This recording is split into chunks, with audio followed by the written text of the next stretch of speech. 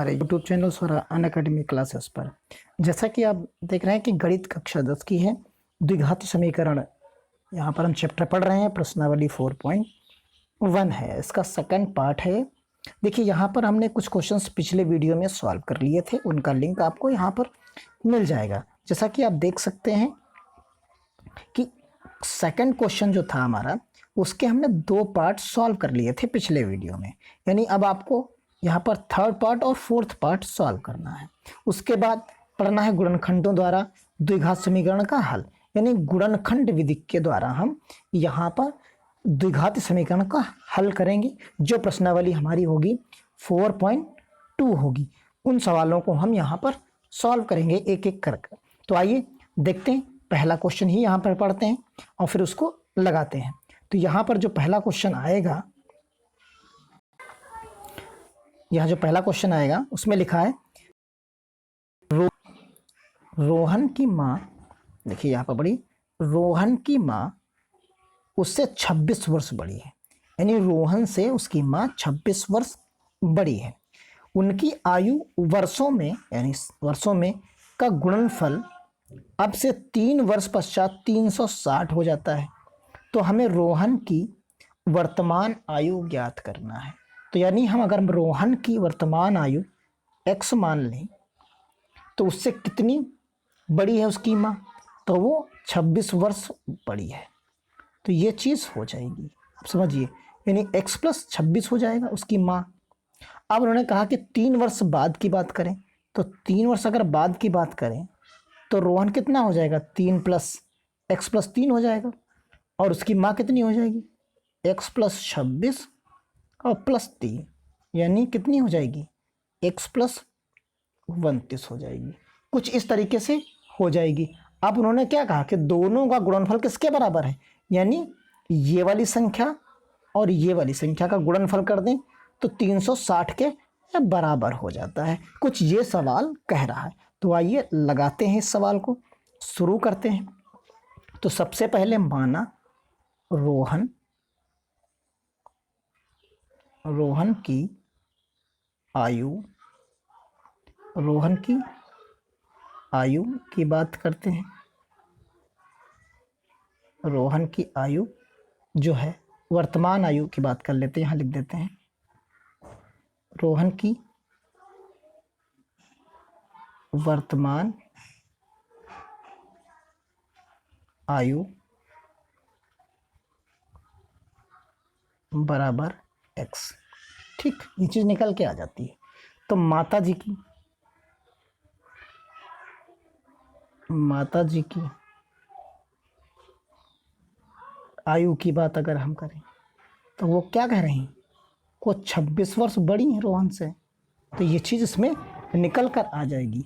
अब उसने कहा है कि 3 वर्ष के पश्चात की बात करते हैं, अगर 3 साल बाद की, 3 साल बाद की बात है, तो जो रोहन की आयु होगी वो कितनी हो जाएगी, लिख देंगे रोहन की आयु बराबर x + 3 हो जाएगी, आप समझिए। ऐसे ही माता जी की आयु कितनी हो जाएगी, x + 26 और +3, ये चीज़ हो जाएगी यहाँ पर, आप समझिए। तो इसको हम लिख सकते हैं आसानी से कि माता जी की जो आयु बनेगी वो x + 29 बन जाएगी। अब उन्होंने कहा, जो प्रश्न में कहा गया है कि दोनों का जो गुणनखंड करें, यानी दोनों का जो गुणनफल करें, वो क्या हो जाएगा, 360 के बराबर हो जाएगा। शर्त जो दी गई है, तो हम यहाँ क्या कर सकते हैं, देखिए यहाँ हमें क्या करना है, x + 3 और यहाँ x + 29 बराबर 360, ये चीज़ हो जाएगी। अब गुणा कर लीजिए, तो यहाँ x² + 29 x + 3 x + मल्टीप्लाई करिएगा तो यहाँ आएगा 80 7 इक्वल टू 360। ये चीज़ यहाँ पर निकल आएगी। अब आप इसको सॉल्व कर लीजिए। तो जैसे ही आप सॉल्व करोगे तो एक्स स्क्वायर प्लस यहाँ जो आपको मिलेगा उसमें क्या मिलेगा, 32x हो जाएगा प्लस 87 माइनस 360 इक्वल टू 0 हो जाएगा। अब 360 में से आप 87 को घटाओगे उतने में क्या निकल के आएगा, देखिए समीकरण जो बन के निकलेगी वो क्या हो जाएगी, एक्स स्क्वायर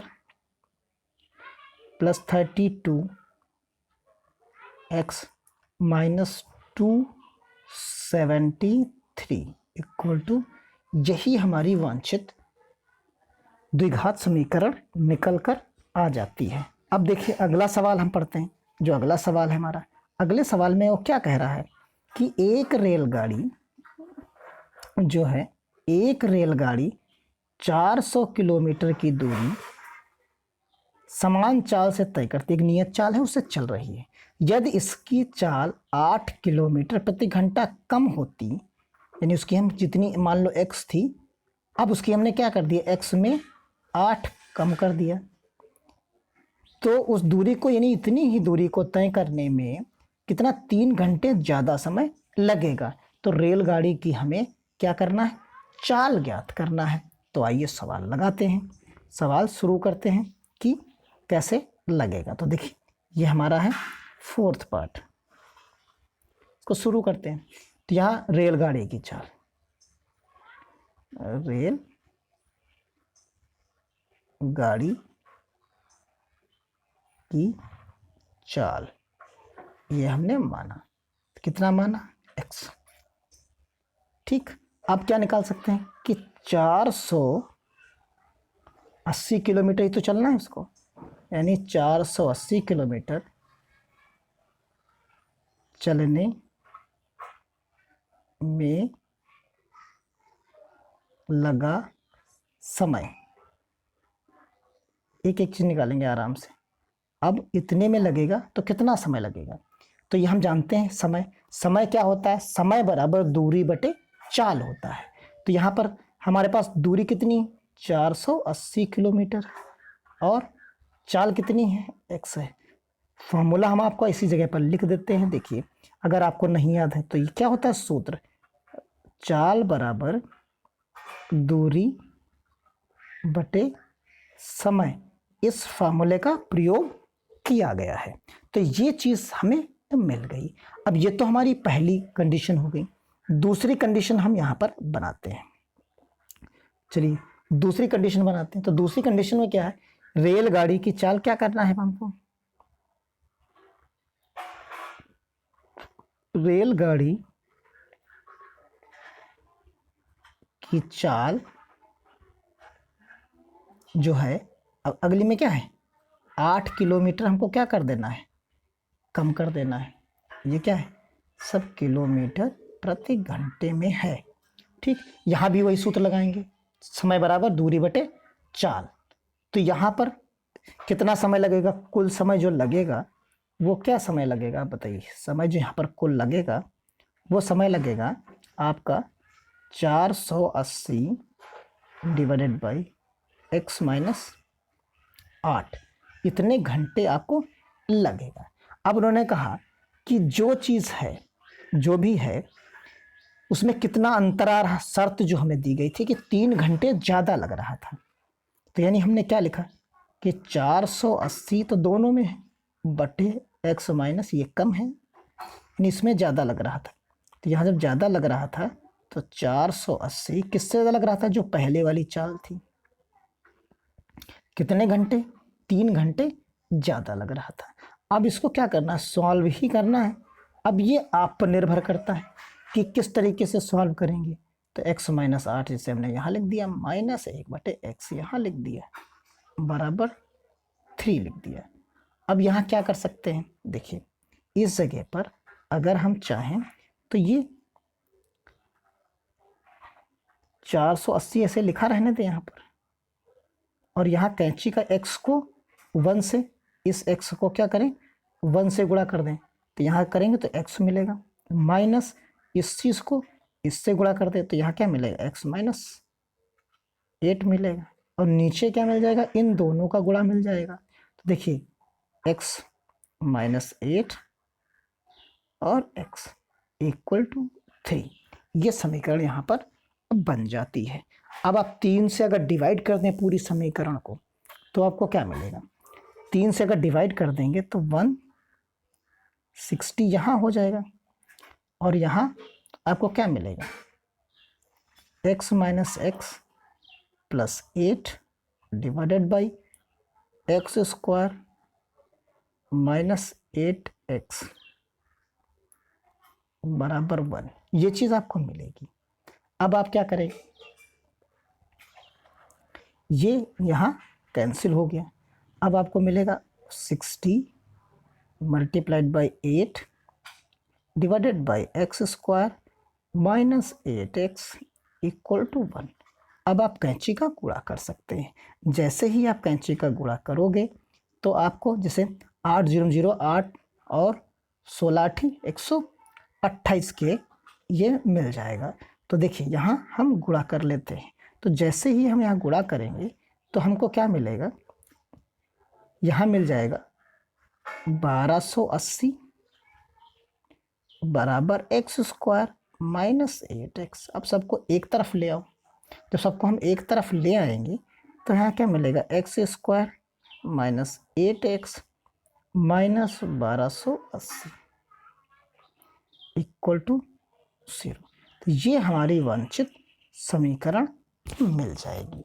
इसी चीज़ को हमको यहाँ पर क्या करना था, फाइंड आउट करना था। तो ये दो पार्ट्स यहाँ पर बचे हुए थे इस समीकरण के, तो उनको हमने यहाँ पर सॉल्व कर लिया। अब सॉल्व कर लिया, अब देखिए यहाँ पर क्या करना है कि हमें गुणनखंड विधि से हल करना है। उसमें कहने का इनका यहाँ तात्पर्य ये है कि जो हमारे पास समीकरण होती है ये वाली, आप जानते हैं, इसके बारे में इन्होंने कहा कि इस समीकरण को गुणनखंड विधि से हल करिए। तो देखिए एक चीज़ हमको समझनी है, जो यहाँ पर b है, इस b के ऐसे गुणनखंड करिए, आप गुणनखंड करिए तो इन गुणनखंड जो आपको मिले उनको आप चाहे तो जोड़िए या घटाइए, लेकिन आंसर जो है आपको b के बराबर मिलना चाहिए। यानी इन गुणनखंडों को हम चाहे जोड़ें या घटाएं आपस में, तो b मिल जाना चाहिए जो यहाँ पर दिया है, और उन्हीं अंकों को जो यहाँ पर हम जोड़ और घटा रहे हैं उन्हीं को आपस में गुणा कर दें तो ये a और ये c के गुणन के बराबर मिल जाए। जो a है और ये c है इसके गुणन के बराबर मिल जाए। तो आइए चलते हैं, इस थ्योरी को भी यहाँ समझते हैं। तो यहाँ सवाल जो दिया गया है आप समझिए, यहाँ सवाल हमको जो दिया गया है वो है एक्स स्क्वायर, देखिए यहाँ पर क्या दिया गया है, x square minus 3x minus 10 equal to 0। यानी हमको 3 के ऐसे गुणनखंड देखने हैं, ऐसी संख्याएं देखनी है जिनको हम जोड़ें और घटाएं तो ये चीज़ हमको मिल जाए। अब आप यहाँ देखिए, क्योंकि यहाँ 3 है तो सबसे बेहतर ये होता है कि जो यहाँ पर a है और ये c है, इन दोनों के अभाज्य गुणनखंड निकाल लीजिए। सबसे आसान तरीका, जैसे कैसे अभी आपको दिखाते हैं, जैसे यहाँ x के साथ 1 है, 1 और 10 को आप जब गुणा करोगे तो क्या मिलेगा, 10 मिलेगा। अब इस 10 के आप गुणनखंड कर लीजिए तो 2 आएगा, यहाँ 5 आएगा, यहाँ 5 करके आप 1 मिलेगा, यानी आपको क्या मिला, 2 गुणे 5 मिला। अब आप देखिए हमको यहाँ चाहिए 3, इस जगह पर 3 चाहिए, समझा रहे हैं अभी, लगा नहीं रहे, सिर्फ आप समझिए इस चीज़ को। यहाँ 3 चाहिए, वो भी क्या चाहिए, माइनस का 3 चाहिए आपको। यहाँ वो किस चीज़ का चाहिए, माइनस का 3 आपको चाहिए। तो देखिए यहाँ पर हम फिर माइनस का चाहिए तो यानी बड़ी संख्या होनी चाहिए, तो हम यहाँ माइनस का 5 ले लेते हैं और प्लस का 3 ले लेते हैं। प्लस का हम क्या ले लेते हैं, यहाँ पर 2 ले लेते हैं। घटाएंगे तो क्या मिलेगा, माइनस का 3। यानी यही दो संख्याएं हो सकती हैं जो यहाँ पर इसको तोड़कर लिखा जा सकता है, यानी इसके गुणनखंड किए जा सकते हैं। इसी तरीके से इन दोनों को आप गुणा करोगे तो माइनस का देखिए 10 मिल जाएगा। तो आइए शुरू करते हैं, इस सवाल को यहाँ लगाते हैं। जो पहला पार्ट आपका है उस पार्ट को यहाँ पर सॉल्व करते हैं। तो यहाँ देखिए पहला क्वेश्चन है, तो यहाँ x square minus 3x minus 10 equal to 0। एक एक चीज़ को समझेंगे। तो यहाँ सबसे पहले हमको गुणनखंड चाहिए। तो जो यहाँ पर 1 है इसको और इस 10 को गुणा करते हैं। तो यहाँ जब गुणा करेंगे तो आपको क्या मिलेगा, 10 मिलेगा। 10 मिलेगा तो इसके गुणनखंड कर लीजिए, हमेशा जो संख्या मिले उसके आप गुणनखंड कर लीजिए आसानी से। तो यहाँ आपको क्या मिलेगा, 1 मिला, यानी 2 मिला और 5 मिला। आप इन दोनों को गुणा करेंगे तो 10 मिल जाता है, लेकिन अब हमको चिन्ह के साथ चाहिए, इस 3 के बराबर चाहिए। तो देखिए क्या है, तो यहाँ पर हमने क्या किया, 5 लिया और प्लस का ही हमने 2 लिया। जब इसको सॉल्व करेंगे तो क्या मिलेगा, माइनस का 3 मिलेगा। अब आप देखिए इन्हीं दोनों चीज़ों को अगर आप गुणा कर दें तो आपको ये चीज़ मिल जाती है। इस तरीके से इनको गुणा करना है। तो आइए सवाल को अब लगाते हैं, कैसे लगाएंगे इसको देखते हैं। तो यहाँ हमारे पास जो सवाल है वो है x square minus 3x minus का 10 इक्वल टू 0। अब इसको तोड़ देंगे, तोड़ना तो हमने अब सिखा दिया आपको। तो यहाँ क्या लिखेंगे, एक्स स्क्वायर माइनस का 5x प्लस का 2x। इसमें आप चाहे जो लिखिए, चाहे 2x पहले लिखिए फिर माइनस 5x लिखिए, आपकी मर्जी पर है। यहाँ माइनस का 10 है इक्वल टू 0। अब आप देखिए इस जगह पर क्या करना है, इतने पोर्शन में अलग कॉमन ले लीजिए, इतने पोर्शन में अलग कॉमन ले लीजिए, बीच में आपका प्लस का चिन्ह बचा है उसको ऐसे ही लिखा रहने दीजिए। तो इतने में जब आप कॉमन लोगे तो देखिए यहाँ से आपको x बाहर मिल जाएगा, इस जगह से आपको x बाहर मिला तो यहाँ x बचा, यहाँ 5 मिला। ये प्लस जैसा था वैसे ही हमने उतार दिया। अब आप देखिए अगले वाले पोर्शन में क्या करना है, यहाँ आप 2 बाहर ले लीजिए। तो जैसे 2 बाहर आप लेंगे तो x माइनस 5 मिलेगा बराबर 0। एक चीज़ हमेशा याद रखिए, जो यहाँ पर 2 ब्रैकेट आपके बन रहे हैं ये दोनों ब्रैकेट हमेशा के लिए एक जैसे ही बनेंगे जब भी बनेंगे। तो ये चीज़ आपकी समझ में आ गया होगा। चलिए शुरू करते हैं। तो यहाँ हमें क्या मिलेगा, अब x माइनस 5 मिला और यहाँ मिला x प्लस 2 मिला इक्वल टू 0 हो गया। तो ये चीज़ यहाँ पर फाइंड आउट हो गई। अब ये 2 चीज़ें आपको मिल गई, अब इनके आप मूल निकाल लीजिए, इनको कहते हैं शून्यांक या मूल। तो यहाँ देखिए एक मिला था हमको x माइनस 5, इसको इक्वल टू 0 रख दीजिए। दूसरे को x प्लस 2 मिला था, आप इसको 0 रख दीजिए। तो यहाँ आंसर क्या मिला आपको, x बराबर 5 मिला। यहाँ क्या मिला, x बराबर माइनस 2 मिला। तो ये चीज़ आपको यहाँ पर मिल जाती है। यानी जो द्विघात समीकरण दी गई थी इसके 2 मूल हैं। क्या है, 2 मूल मिले और वो 2 मूल हमको क्या मिले, माइनस 2 मिला और 5 मिला। ये 2 मूल हमें यहाँ पर इसके मिल जाते हैं। तो इस तरीके से इन सवालों को लगाएंगे। चलिए अगला पार्ट सॉल्व करते हैं इसको। तो देखिए अगला पार्ट में क्या, अगले पार्ट में क्या है, अगला क्वेश्चन हमारे पास 2x square plus x minus 6 equal to 0। अब यहाँ पर देखिए 6 दून 12, यानी a और c को आप मल्टीप्लाई करिए तो 12 मिला है। अब 12 के गुणनखंड कर लीजिए, यहाँ 6 आया, यहाँ 2 आया, फिर यहाँ 3 आया, तो यहाँ 3 और 1 हो गया। हमको चाहिए क्या, x चाहिए, तो एक साथ 4 रख लीजिए और 3 रख लीजिए, आपको मिल जाएगा। 4 में से आप 3 घटा दीजिए तो आपको यहाँ गुणनखंड इसका मिल जाएगा। यानी एक आंसर होगा 4 हो जाएगा और एक हो जाएगा आपका माइनस का 3 हो जाएगा, माइनस 3 हो जाएगा। तो ये 2 अंक आपको मिल गए। अब आप यहाँ पर लिखिए, देखिए यहाँ क्या है, कैसे लिखेंगे, आप लिखेंगे 2x square plus 4x minus 3x minus 6 equal to 0। अब यहाँ पर आप कॉमन लीजिए दोनों के स्टार्टिंग में, तो यहाँ हम 2x कॉमन मिल रहा, देखिए तो यहाँ मिलेगा x प्लस 2 कॉमन मिल गया, माइनस 3 बाहर ले लीजिए तो यहाँ x प्लस 2 मिल गया इक्वल टू 0 हो गया।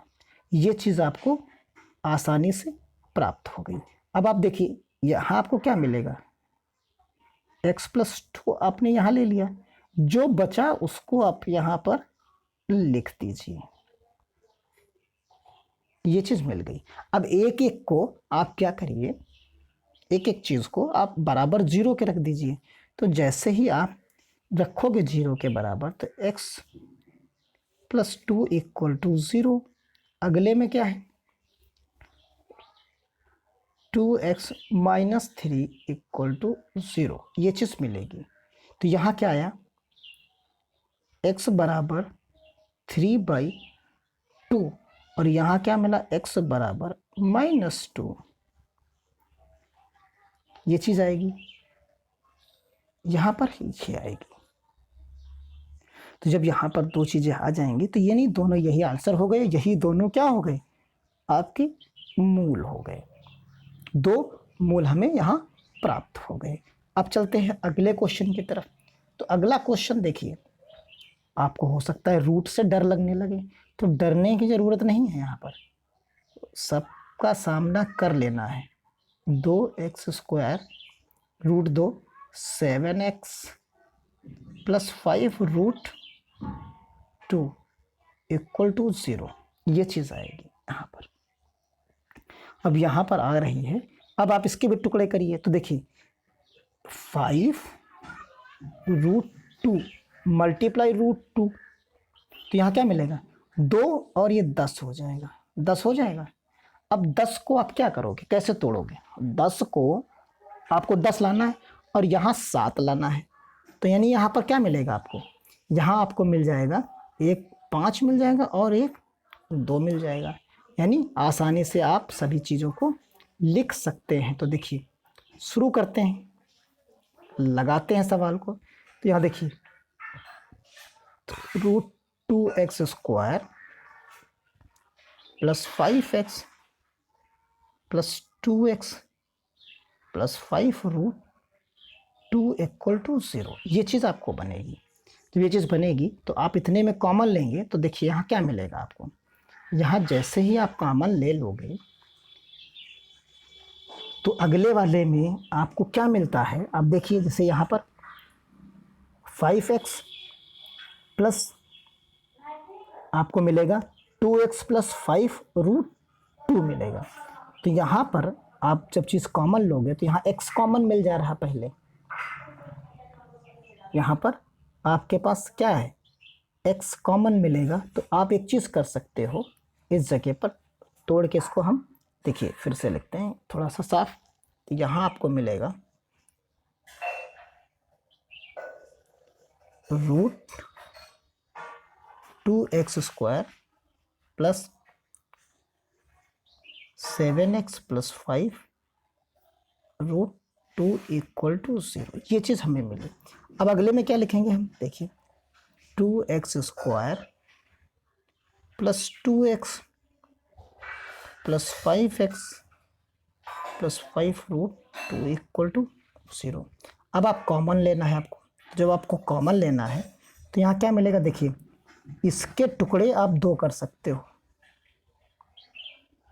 रूट 2 और रूट 2 2 हो सकते हैं, आप समझ रहे होंगे। तो यहाँ जब जैसे आप लिखोगे तो यहाँ रूट 2x आपने बाहर ले लिया तो यहाँ x बचा, इस जगह की हम बात कर रहे हैं, x बचा, यहाँ से एक 2 बाहर आ गया, x बाहर आ गया, तो यहाँ आपको क्या मिला रूट 2 मिल गया, प्लस आया, यहाँ से आप 5 बाहर ले लीजिए तो x प्लस रूट 2 बचा इक्वल टू 0 बचा। अब अगले वाली कंडीशन में अगली स्टेप में आप क्या लिख सकते हो, अगले वाले स्टेप में आप लिखोगे सीधा सा x प्लस रूट 2 ये आएगा और यहाँ क्या बचेगा रूट 2x प्लस 5 बचेगा इक्वल टू 0। अब वही एक चीज़ कि x प्लस रूट 2 बराबर 0, अगले में रूट 2x प्लस 5 बराबर 0। यहाँ क्या मिलेगा, -5 रूट 2 मिलेगा, और यहाँ क्या मिलेगा, x बराबर माइनस रूट 2 मिलेगा। तो ये दो आपको पार्ट आसानी से मिल जाते हैं, और इनको क्या करना है, आप कैसे सॉल्व करना है, आप आसानी से इनको समझ सकते हैं। तो इस तरीके से आपके ये 3 पार्ट सॉल्व हो जा रहे हैं, और चौथा पार्ट हम यहाँ पर और एक सॉल्व करके देखते हैं। देखिए जल्दी से इसको सॉल्व करते हैं। अब तो आप समझ गए होंगे कि क्या करना होता है। x plus 1/8 equal to 0। आप पूरी समीकरण को 8 से गुणा कर दीजिए, तो यहाँ 16x हो जाएगा, -8x हो जाएगा, और +1 हो जाएगा। अब 1 और 16 के गुणनखंड कर लीजिए। तो 1 और 16 के गुणनखंड आप करोगे तो 2 8 2 4 2 2 कुछ इस तरीके के गुणनखंड मिलेंगे यहाँ पर। तो आप क्या करिए, 4 4 को ले लीजिए आप। जैसे ही आप 4 4 को लोगे तो क्या मिलेगा, देखिए यहाँ 16x² आपको मिलेगा। जैसे ही आप लोगे तो यहाँ क्या मिलेगा, 16x मिलेगा, माइनस का आपको 4x मिला, और माइनस का ही 4x मिला, +1 मिला। अब आपको कॉमन लेना है, सिर्फ यहाँ क्या करना है, कॉमन ले लेना है। तो यहाँ क्या लोगे, 4x यहाँ से कॉमन ले लोगे, तो यहाँ बचेगा 4x, और माइनस का 1 यहाँ बचेगा। माइनस बाहर ले लीजिए, तो 4x -1 बचेगा यहाँ पर। अब इसके बाद का जो स्टेप आएगा, तो वहाँ क्या होगा, 4x - 1, अगले में 4x - 1 बराबर 0, दोनों 0 के बराबर। तो 4x - 1 बराबर 0, 4x - 1 इक्वल टू 0।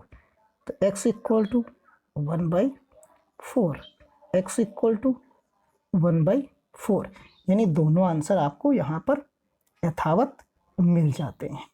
तो ये चीज़ आपकी यहाँ पर सॉल्व हो जाती है। एक सवाल इसका और हल कर लेते हैं। देखिए 5th पार्ट है इसका। तो 5th पार्ट में क्या है, 100x² 20x + 1 इक्वल टू 0 है। अब आप इसको तोड़ दीजिए, जैसे 100 है, 100 को जब तोड़ेंगे तो 10 × 10 यानी 2 बार ऐड हो जाएगा। तो 100x² -10x -10x + 1 equal to 0। फिर यहाँ क्या करेंगे, 10x को बाहर ले लेंगे, तो यहाँ 10x बचेगा, -1 बचेगा, -1, तो यहाँ बचेगा आपके पास 10x - 1 इक्वल टू 0। अब यहाँ इतनी चीज़ आप सॉल्व कर चुके हो, तो यहाँ क्या मिलेगा, देखिए 10x - 1, अगले में 10x - 1 इक्वल टू 0। ये चीज़ आपको यहाँ पर मिल जाएगी। अब वही चीज़ आप दोनों 0 के बराबर रख दीजिए, ये 0 के बराबर और ये भी 0 के बराबर। तो यहाँ से आपको क्या मिलेगा, 1/10, और यहाँ से आपको क्या मिलेगा, 1/10। इस तरीके से ये सवाल आपका सॉल्व हो जाता है। यानी अब आप देखिए, यहाँ जो हमने सॉल्व किया है, ये सारे पार्ट्स आपके सॉल्व कर दिए हैं। अब क्वेश्चन नंबर 2 है, यानी क्वेश्चन नंबर 2 में क्या कर रहा है कि उदाहरण 1 में दी गई समस्याओं को हल कीजिए। तो वही चीज़ है कि यहाँ भी काम हमें वही ही करना है। सेम जो उदाहरण 1 में, जो उदाहरण 1 है उस चीज़ को हल करना है। तो आपकी जो बुक में उदाहरण नंबर 1 है, इस सवाल से मतलब नहीं है, जो उदाहरण 1 दिया गया है उसकी समस्याओं को हल करना है। तो अब उदाहरण को देखेंगे, फिर आगे हम सॉल्व करेंगे। तो आइए चलते हैं। अब आज की वीडियो में बस इतना ही। आप मेरे वीडियो को अच्छा लगा है तो आप लाइक करिए, सब्सक्राइब करिए और लोगों तक शेयर जरूर करिए, अपने दोस्तों तक इसको भेजिए जरूर ज़्यादा से ज़्यादा। धन्यवाद। इसी के साथ जय हिंद, जय भारत।